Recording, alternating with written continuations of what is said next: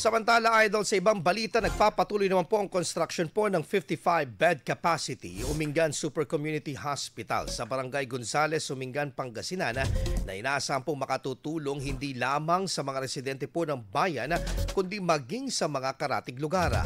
Ayon po kay Governor Ramon Monmongico III, lalagyan po ang ospital ng mga makabagong pasilidad tulad po ng CT scan, X-ray dialysis machine, mammogram at iba pa.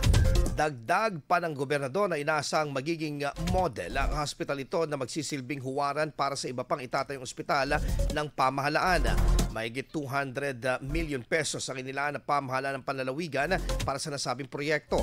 Target din na maiasaayos at mapabuti ang lahat ng government-run hospitals upang matiyak ang dekalidad na serbisyong medikal lalo na para sa mga kapuspalad na Pangasinense.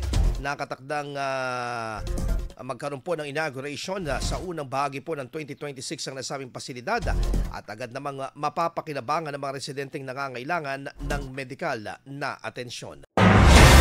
IFM News. IFM News. IFM News.